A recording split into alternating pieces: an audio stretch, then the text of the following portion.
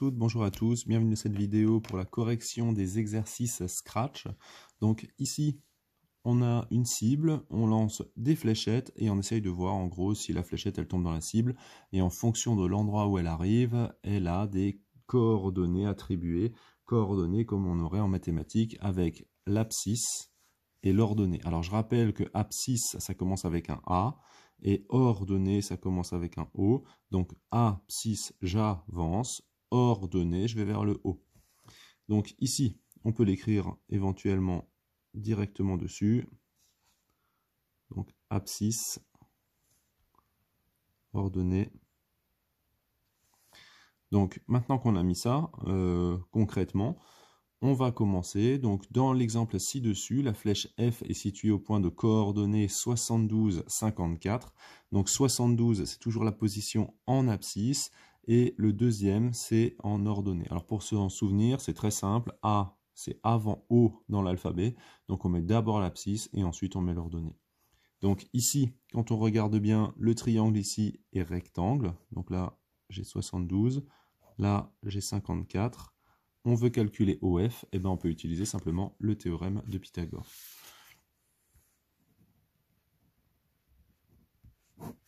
Donc on écrit le triangle OHF est rectangle en H. D'après le théorème de Pythagore,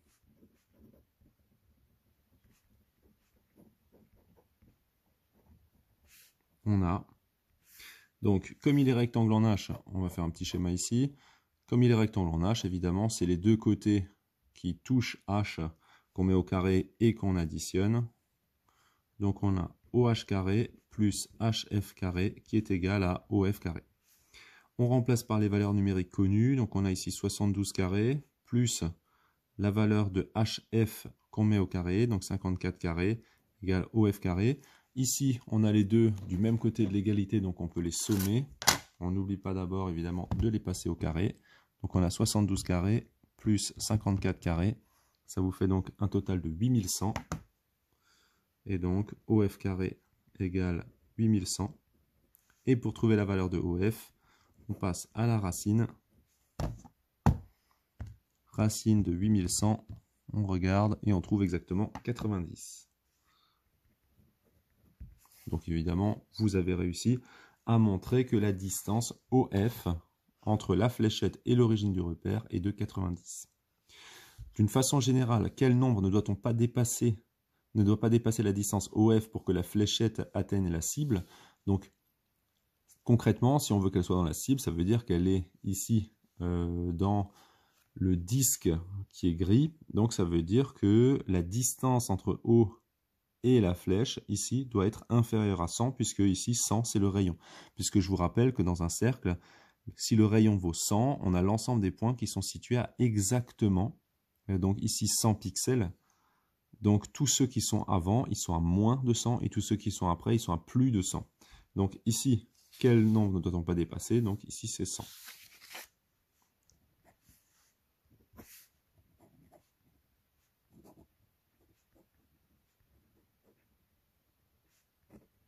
Alors quand on dit qu'il ne faut pas dépasser 100, si on a 100, c'est bon. Hein. Donc il y a une petite nuance entre quel nombre on peut avoir et quel nombre on ne doit pas dépasser. Donc concrètement, OF doit être plus petit que 100, donc ça, c'est pas une difficulté.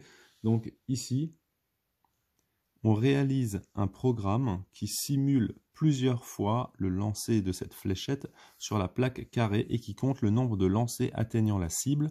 Le programmeur a créé 3 variables nommées carré de OF, distance et score. Donc vous avez ici le programme.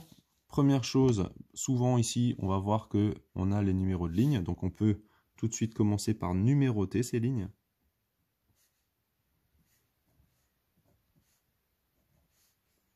Donc là, évidemment, il n'y a plus rien. Donc, lorsqu'on exécute ce programme, combien de lancers sont simulés? Alors, pas de difficulté. Ici, il y a écrit répéter 120 fois. On n'a pas ici de lancers supplémentaires, parce qu'on pourrait très bien imaginer 120 ici, mais encore quelques-uns en dessous ou au-dessus. Donc, on n'en a pas. Donc, ici, c'est répéter 120 fois.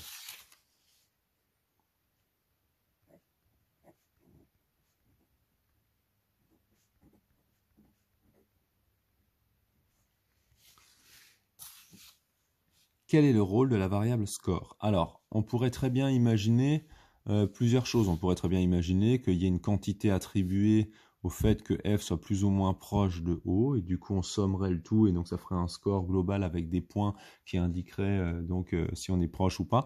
Ici, c'est pas le cas. Ici, en fait, on voit ajouter à score 1. Ça veut dire qu'en fait, ça agit comme un compteur. Donc la variable qu'on ajoute, enfin la quantité qu'on ajoute est fixée, et quand est-ce qu'on ajoute à score 1? Si la distance est plus petite que, et donc c'est ici où on va compléter simplement, de sorte à reprendre le 100 de tout à l'heure. Donc, si la distance est plus petite que 100, ça signifie qu'on est dans la cible, et donc on ajoute à score 1. Donc on comptabilise simplement le nombre de fléchettes qui arrivent dans la cible.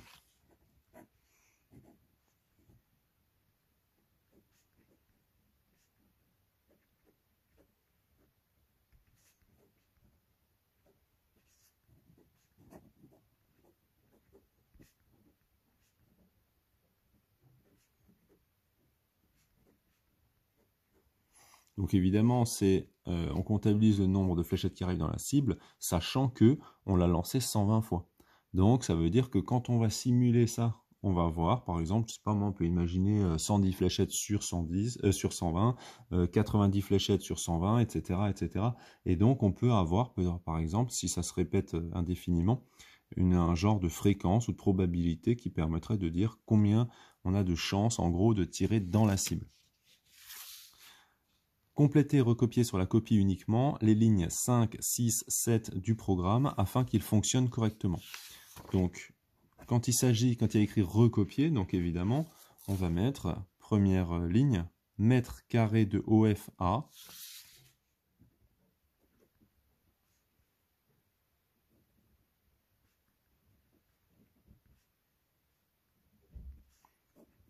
Alors moi je recopie, j'essaye vraiment de recopier exactement comme ça a été écrit dans le programme ici. Donc A. Ici on a abscisse, je vais écrire ici en petit.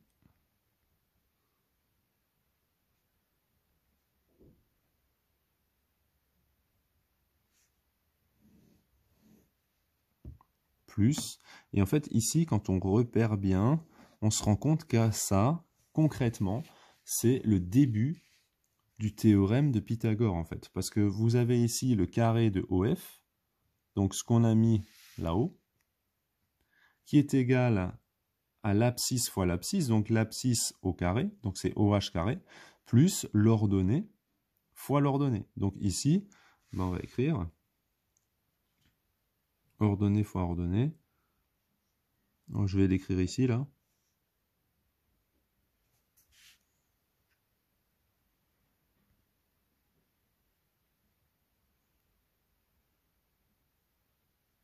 Donc ici, l'ordonnée, c'est en Y. Et donc, on a ça. Et enfin, donc la distance, pour avoir OF connaissant OF carré, eh ben, on doit passer à la racine. Donc, on a ici mètre distance A. Racine, c'est une fonction qui est déjà intégrée dans le logiciel, donc c'est pas à vous de la créer. 2. Et alors la racine de quoi? Eh bien simplement du carré de OF.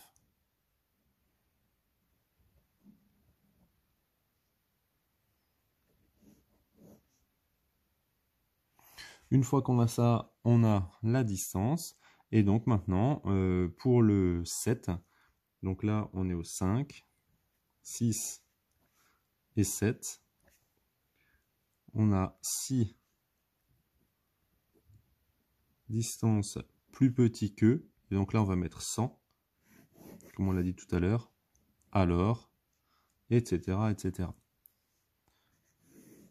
Donc là on a les différents blocs, alors on peut évidemment les tracer un peu mieux que moi, essayer de les faire un peu plus qui ressemblent à ceux de l'énoncé avec les encoches, etc., etc. Mais bon, c'est pas ça qui va vous changer vraiment les points que vous allez avoir. Après une exécution du programme, la variable score est égale à 102. Donc ça veut dire que concrètement, il y a 102 flèches qui arrivent dans la cible. À quelle fréquence la cible a-t-elle été atteinte dans cette simulation? Pour la fréquence, c'est toujours un peu comme une proba. nombre de cas favorables divisé par nombre de cas en tout. Comme ça, par exemple, si vous avez à quelle fréquence vous faites du sport par semaine, il ne faudra pas me répondre 5. Ce n'est pas une fréquence, ça, c'est toujours 5 sur 7, par exemple. Parce que comme ça, on voit si c'est souvent ou pas souvent. Vous avez 5 jours sur 7. Si vous faites du sport 5 fois par an, du coup, on voit bien la différence, puisque c'est 5 sur 365. Puisque du coup, on a un nombre plus petit. Donc c'est toujours important de mettre non seulement celui qui convient, mais en plus divisé par le total. Donc ici, on a donc 102 sur le nombre de lancers au total, donc 102 sur 120. Donc ici, si on veut réduire, évidemment, on peut calculer si on veut le PGCD. Donc je vous rappelle que c'est un moyen de simplement simplifier au maximum une fraction. Donc PGCD de 102, alors maths PGCD, donc 102, point virgule 120. On trouve un PGCD de 6.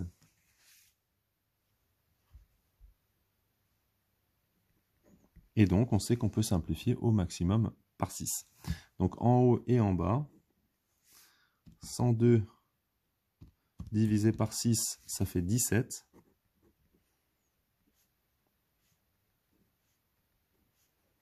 Et en bas, on prend 120 divisé par 6, et ça fait sur 20. Donc 17 vingtièmes, c'est la fréquence simplifiée.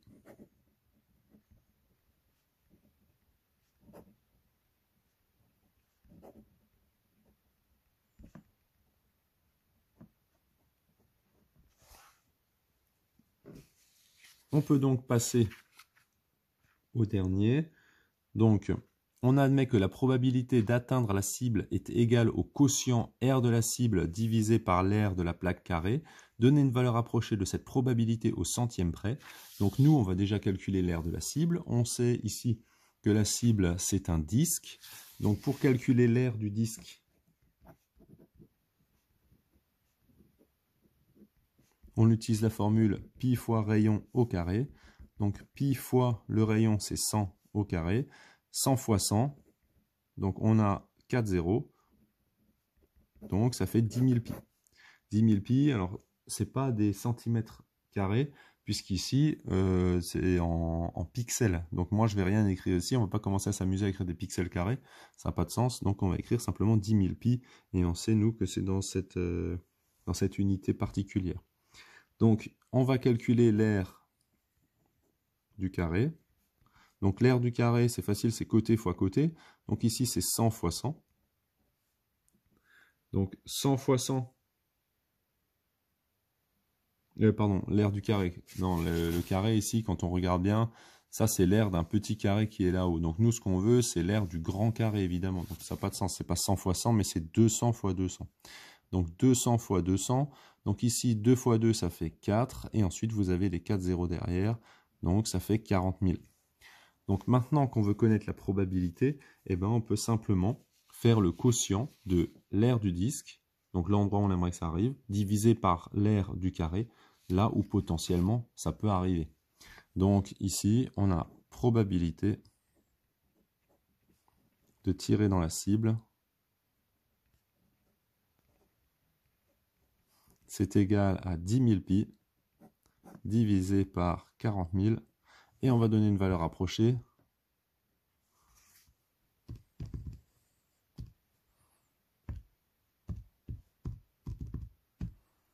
Donc on voit à peu près une probabilité de 0,78 avec un 9 encore derrière. Donc si on va arrondir au centième, on va écrire 0,79. Donc si on mettait ça en pourcentage, on aurait à peu près 79% de chance de tirer dans la cible. Donc là on précise quand même arrondi au centième.